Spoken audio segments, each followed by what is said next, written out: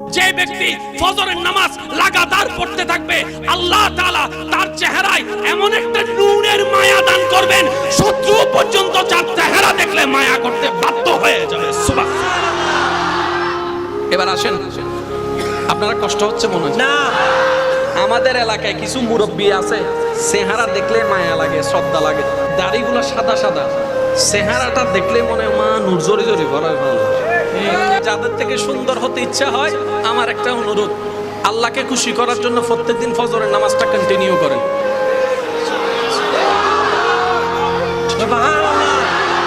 এবার সৌন্দর্য কয় প্রকার সেটাও একটু বলার চেষ্টা করি।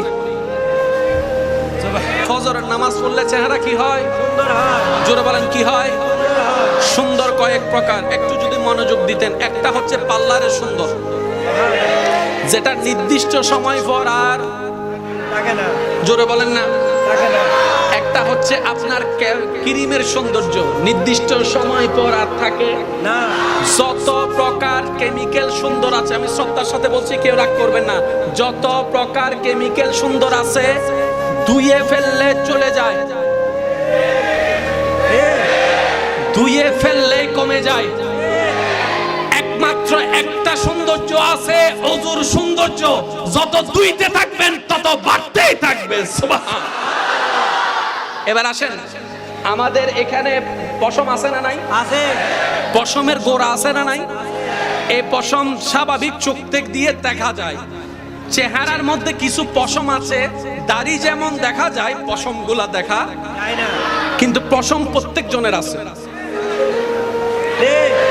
আইফোন দিয়ে একটা চেহারার ছবি তুলবেন, জুম করে দেখবেন, দেখবেন ছোট্ট ছোট্ট ছোট্ট ছোট্ট ছোট্ট কণা কণা পশম আছে। ওই পশমের কোণার মধ্যে ছিদ্র আছে। ওযু যখন করে, বিজ্ঞান প্রমাণ করে, বান্দা যখন পানি দেয় H2O, ওই পানিটা যখন ওযু করার জন্য চেহারায় দেয়, বিজ্ঞানের দৃষ্টিতে কোষে কোষে পানি চলে যায়, কোষে কোষে পানি চলে যায়। হাদিসের ছায়া তলে গুনাহ তো জড়ে যায়, বিজ্ঞানের ছায়া তলে চেহারার মধ্যে কোষগুলা জেগে ওঠে। সুবহানাল্লাহ। এবার বলেন, এই নামাজটা দিয়েছেন কে? আল্লাহ। জেনে শুনে বুঝেই তো দিয়েছেন। ফাগসিলু উজুহাকুম বলে নামাজের আগে ওযু বানানোর নির্দেশ দিয়েছেন কে? আল্লাহ। বুঝে শুনেই তো দিয়েছেন। আর একটু জোরে বলেন না। এবার ওযু করলেন, গুনাহ জড়ে যাচ্ছে চেহারা থেকে, গুনার রং হচ্ছে কালো, নেকির রং হচ্ছে সাদা। এবার গুনাহ যতগুলা চেহারায় লাগলো, ওযু করার কারণে গুনাহ জড়ে যাচ্ছে, আল্লাহর রহমত আসতে শুরু করলো, আল্লাহর রহমত আসতে শুরু করলো, ওই চেহারার মধ্যে মায়া সৃষ্টি হতে লাগলো। চিৎকার দিয়ে বলেন সুবহানাল্লাহ। এবার আসেন, লাভ না লস? জোরে বলতে হবে, লাভ না লস? চালাক মানুষ লাভ জেন্ডে এন্ডে, বুদ্ধিমান মানুষ লাভ জেন্ডে এন্ডে, শিক্ষিত মানুষ লাভ জেন্ডে এন্ডে। ইয়া শিক্ষিত মানুষে দেখেন দে মাইলে ভিড়ের নামাজ পড়তে গেলে তো ওযু বানান করিব, ওযু বানালে তো সুন্দর হবে, সুযোগ আছে, এই লাভিন সাইতাম কা খালি তো নামাজ বেগুনে শুরু করে দিই। সুবহানাল্লাহ। ইয়া লাভ বুঝি দে, মাতো না। এবার আইন কষ্ট না হনো না, হদুনে নামাজের হতা হইতে হনো বুক ফাটি যার গুন্নি না। আরেকজন হবু দুজুর কারবালা মাহফিল তাইয়ারে নামাজের হতা কিল্লে হইতে লাগুন দেয়। হ্যাঁ দে কারবালার যেদিন শিক্ষা আছিলেন নেবুতের একখান শিক্ষা আছিল দে বদলা নামাজের শিক্ষাটা। সুবহানাল্লাহ। আর কেন জোর হন না? সুবহানাল্লাহ। এবার আসেন, গভীর মনোযোগ। নামাজ আপনি যখন ওযু করেন, ওযু করার সময় নাকে কি দেন? ভাইয়া একটু আওয়াজ দিলে খুশি হবেন। নাকে কি দেন? পানি। এই নাকে পানি দেওয়ার কারণে আপনার নাকের ভিতরে যত প্রকার ধুলি আছে সবগুলা বের হয়ে যায় দৈনিক 5 বার। আর একটু জোরে বলতে হবে সুবহানাল্লাহ। এবার হাত ধোয়া হয় কি হয় না? হাত ধোয়ার গুরুত্বটা কি করুণা এসে ভালো করে দেখাই দিছে। আর একটু জোরে বলেন না। এবার হাত ধোয়া হয় না? হাত জোরে বলেন না। এ পুরা কোন পর্যন্ত ধোয়া হয় না? এটার একটা বেনিফিট আছে। এখানে একটা মাসে যে করে এটার একটা বেনিফিট আছে। কোন পর্যন্ত টাকনু পর্যন্ত যে ধুই এটার একটা বেনিফিট আছে। আমি আর অতটুক যাচ্ছি না, আমি শুধু আমার ভাইদেরকে এতটুক বোঝানোর চেষ্টা করেছি, যদি বিধানটা আল্লাহ এবং রাসূল থেকে আসে, চোখ বন্ধ করে করতে থাকেন, কারণ এখানে কল্যাণ আর কল্যাণ আছে। এখানে বিবেক খাটানোর দরকার নাই, বিজ্ঞান খাটানোর দরকার নাই। আমার রব যেটাতে হ্যাঁ বলবে এটাই কল্যাণ। চিৎকার দিয়ে বলেন সুবহানাল্লাহ। এবার আসেন, নামাজ কয় ওয়াক্ত?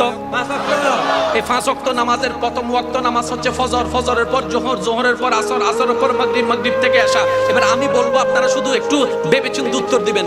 জোহর থেকে আসরের মাঝখানের সময় কি বেশি না কম? বেশি। জোহর থেকে আসর, থেকে মাগরিব, মাগরিব থেকে এশা, এশা থেকে ফজর, এশা থেকে ফজর, এশা থেকে ফজর, এশা থেকে ফজর, ফজর থেকে জোহর, ফজর থেকে জোহর, এশা থেকে ফজর, বেশি এশা থেকে ফজর, ফজর থেকে জোহর, জোহর থেকে আসর, আসর থেকে মাগরিব। সিটিংটা দেখেন। সুবহানাল্লাহ। আচ্ছা আল্লাহ, তুমি এভাবে কেন সাজাই দিলা?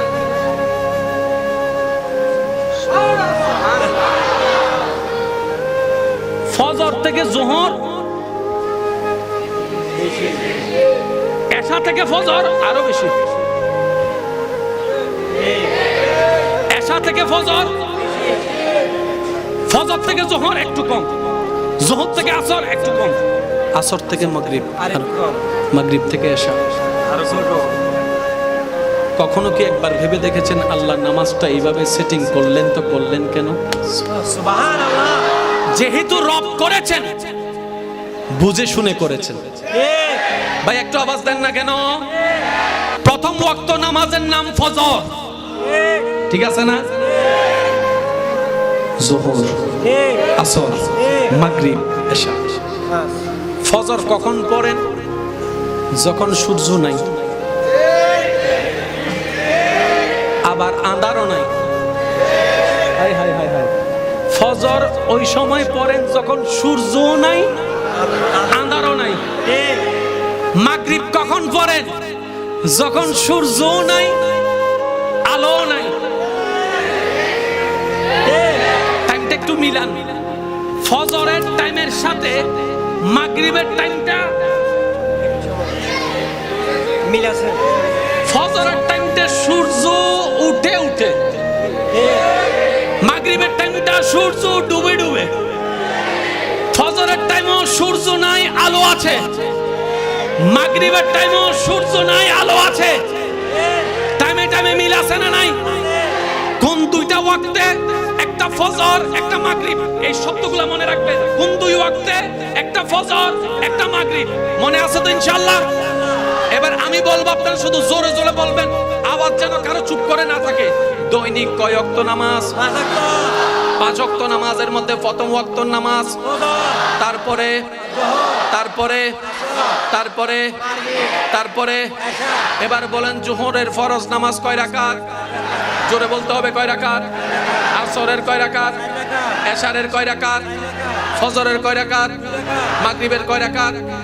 এবার বলেন প্রত্যেকটা জায়গায় 5টা জায়গার ভিতরে 3 ওয়াক্ত নামাজ মিল আছে। কোন 3 ওয়াক্ত? জোহর, আসর, এশা।